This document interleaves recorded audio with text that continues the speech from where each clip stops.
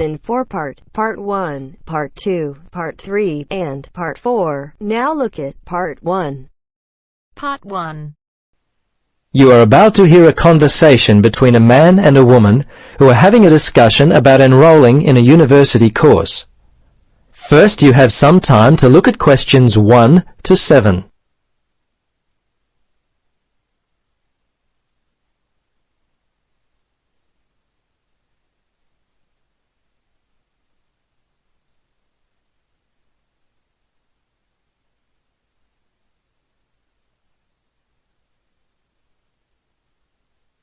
Now, listen carefully and answer questions 1 to 7.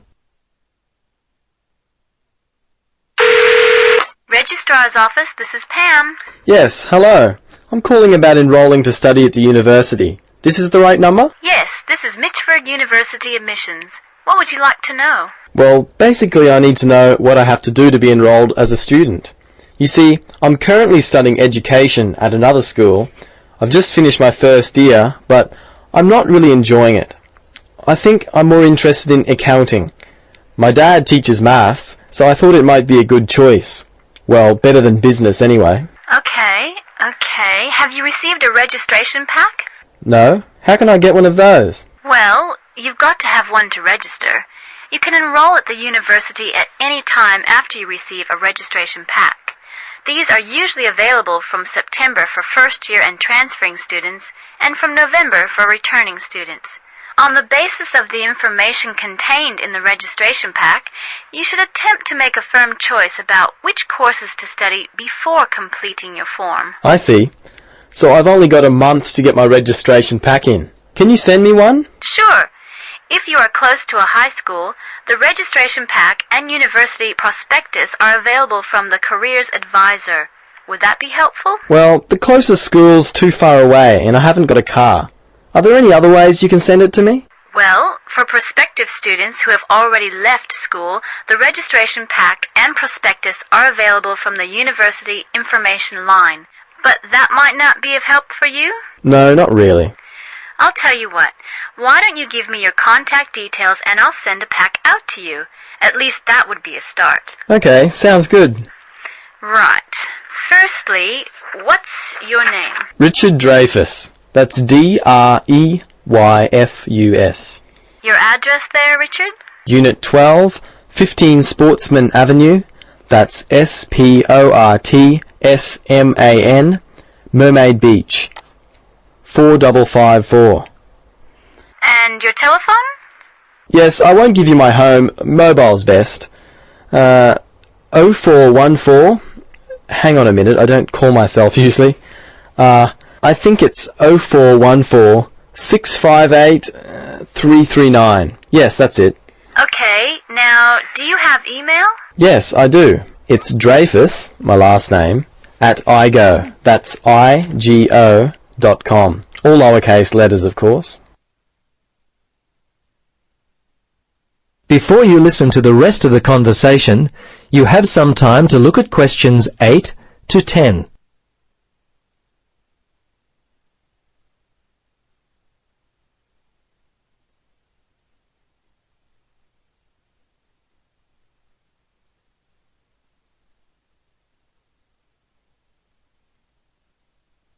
Now listen carefully and answer questions 8 to 10.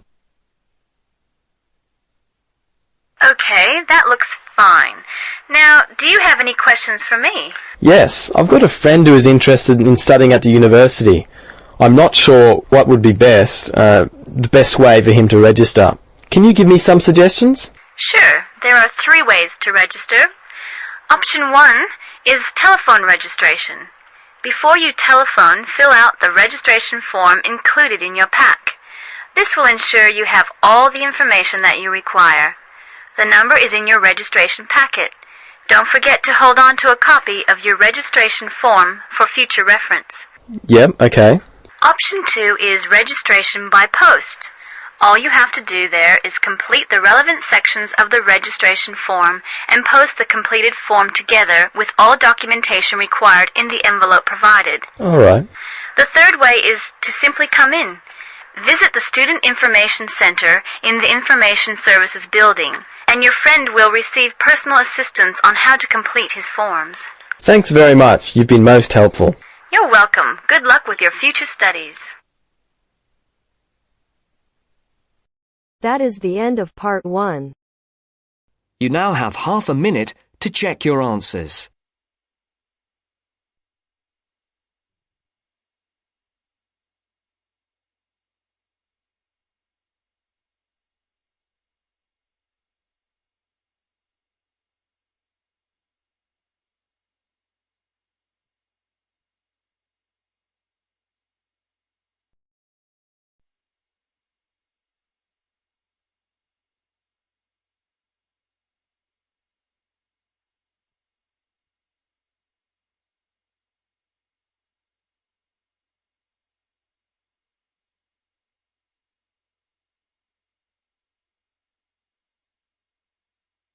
Now turns to part 2. Part 2. You will hear a phone conversation giving information about a health and fitness centre. Before you hear the talk, you have some time to look at questions 11 to 16.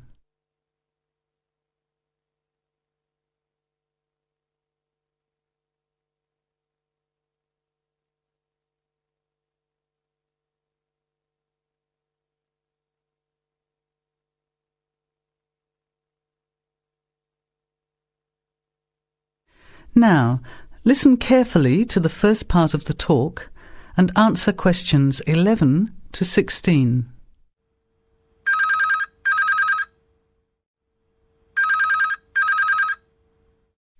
Hello?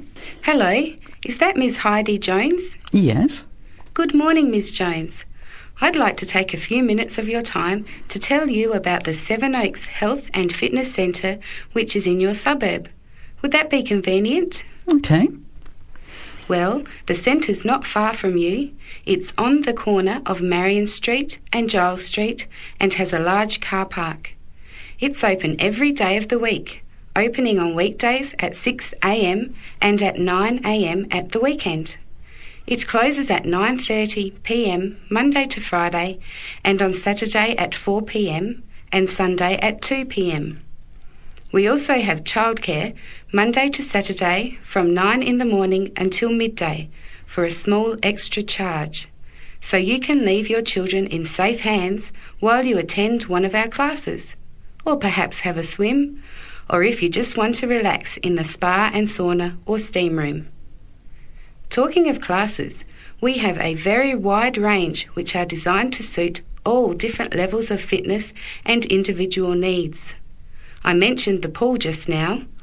Well, in addition to swimming laps or just relaxing, we also offer aqua aerobic classes, which are 45-minute classes that use the therapeutic effects of water.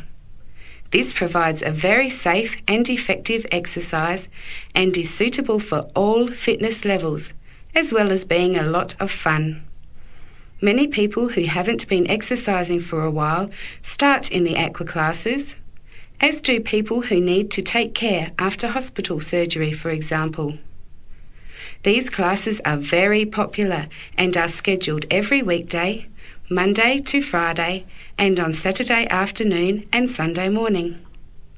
Another very popular activity in the pool area is learning to swim, and these swimming classes are held at 4 p.m. every weekday and in the mornings at the weekend.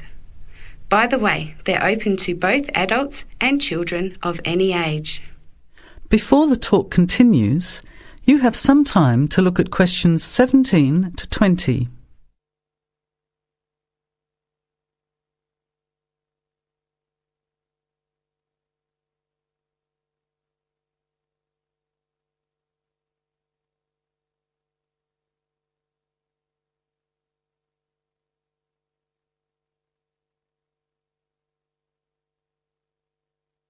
Now, as the talk continues, answer questions 17 to 20.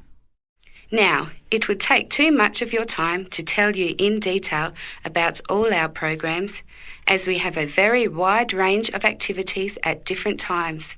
However, I'll just outline some of them. Our super circuit classes are extremely popular and you get a good aerobic workout while toning your muscles. They're easy to learn as you combine using hydraulic equipment with exercises guaranteed to give you a good cardio workout. The teachers are very good and there's a fun atmosphere. And the classes are very effective in assisting weight loss, relieving stress, lowering blood pressure and generally increasing fitness. Oh, and I haven't mentioned our range of aerobic and step classes of different types which suit all levels.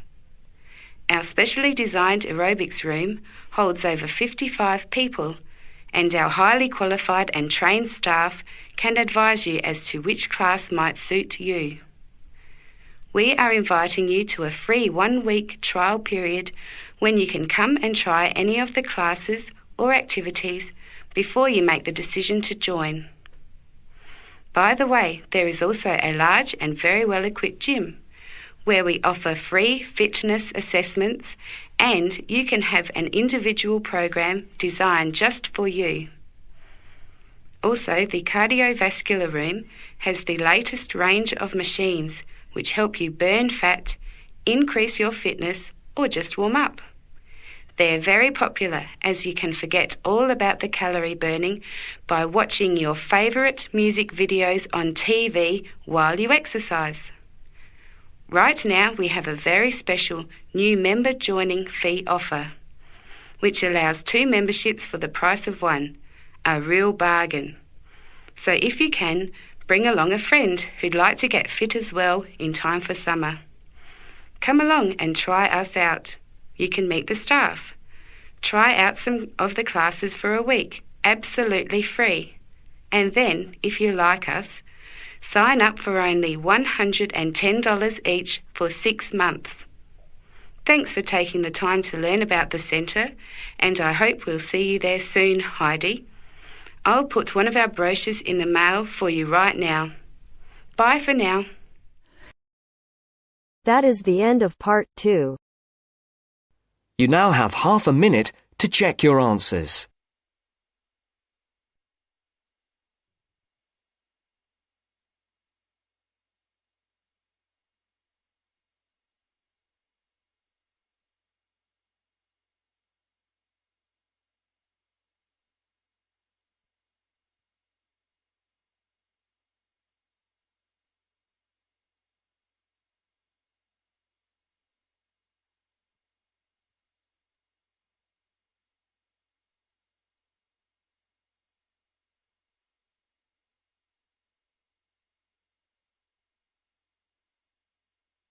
Now turns to part 3. Part 3. You will hear a student called Sarah talking to her college tutor about some research she has to do as part of her course. First, you have some time to look at questions 21 to 27.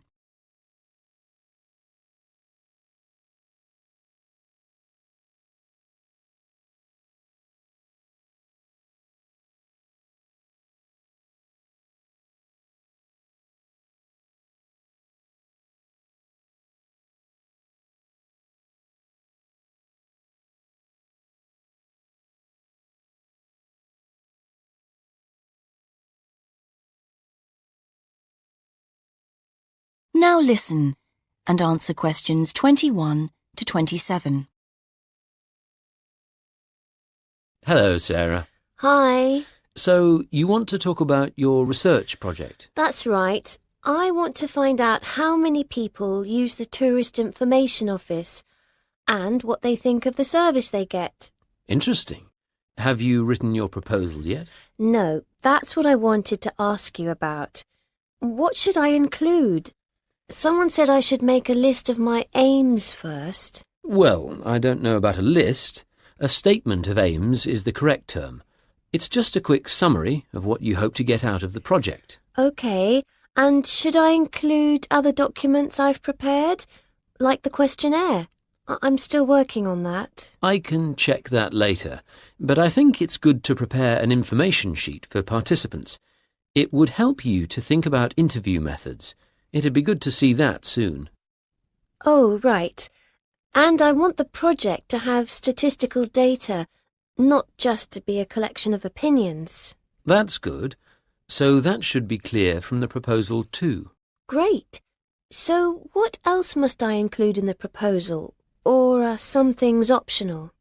OK, some things that people normally put in a research proposal don't really apply to you, like any costs involved.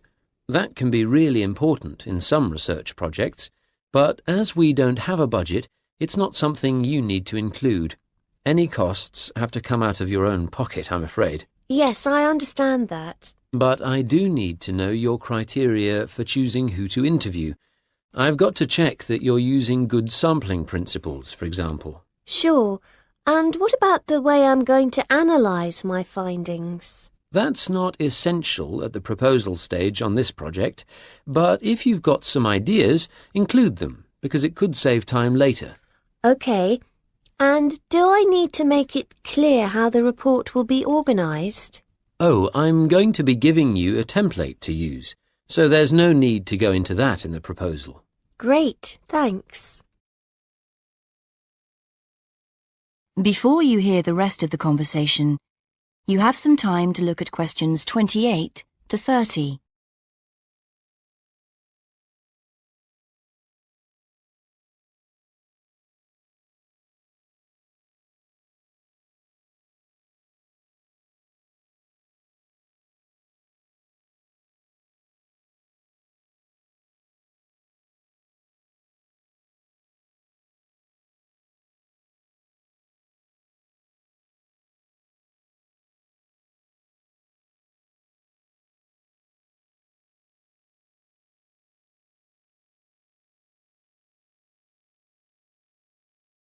Now listen and answer questions 28 to 30.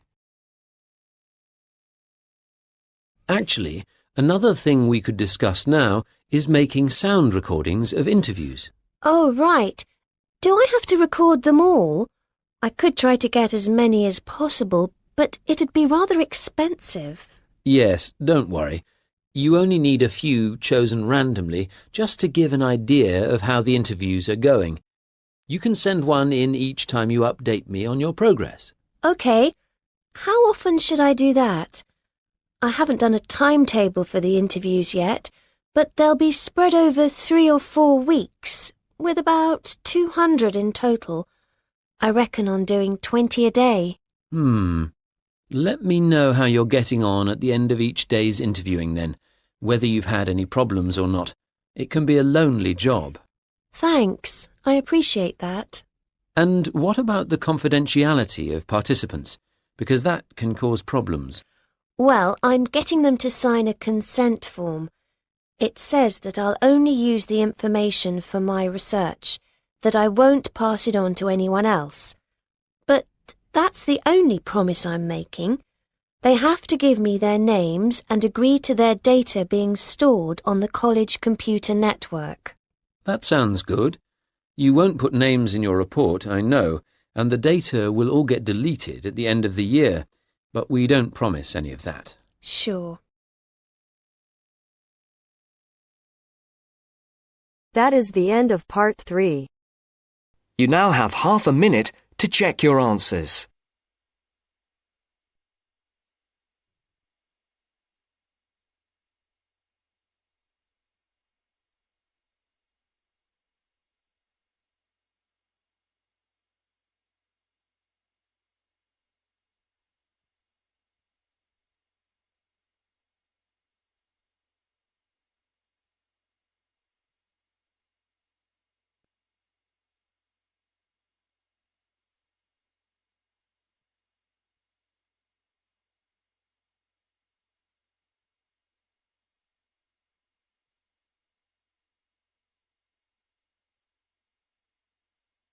Now turns to part 4.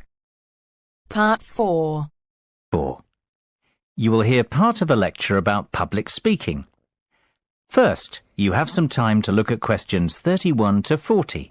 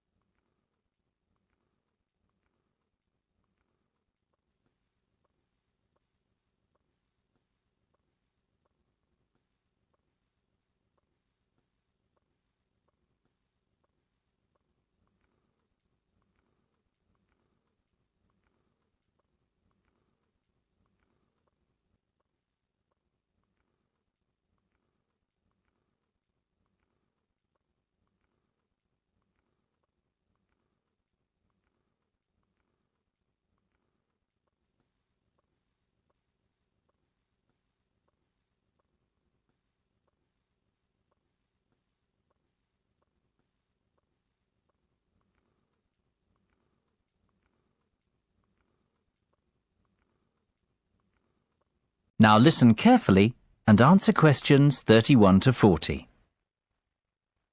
It is only natural to feel somewhat nervous before giving a speech, and while a few nerves never did any harm, and can in fact prove beneficial, letting your nerves overcome you can be detrimental.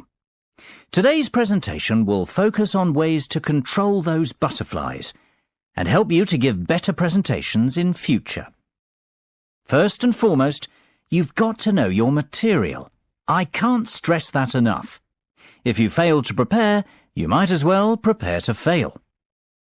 Even the most experienced speakers never turn up unprepared and never try to wing it. Personalize your subject and use humour, anecdotes and conversational language. This will make it easier for you to remember what you want to say.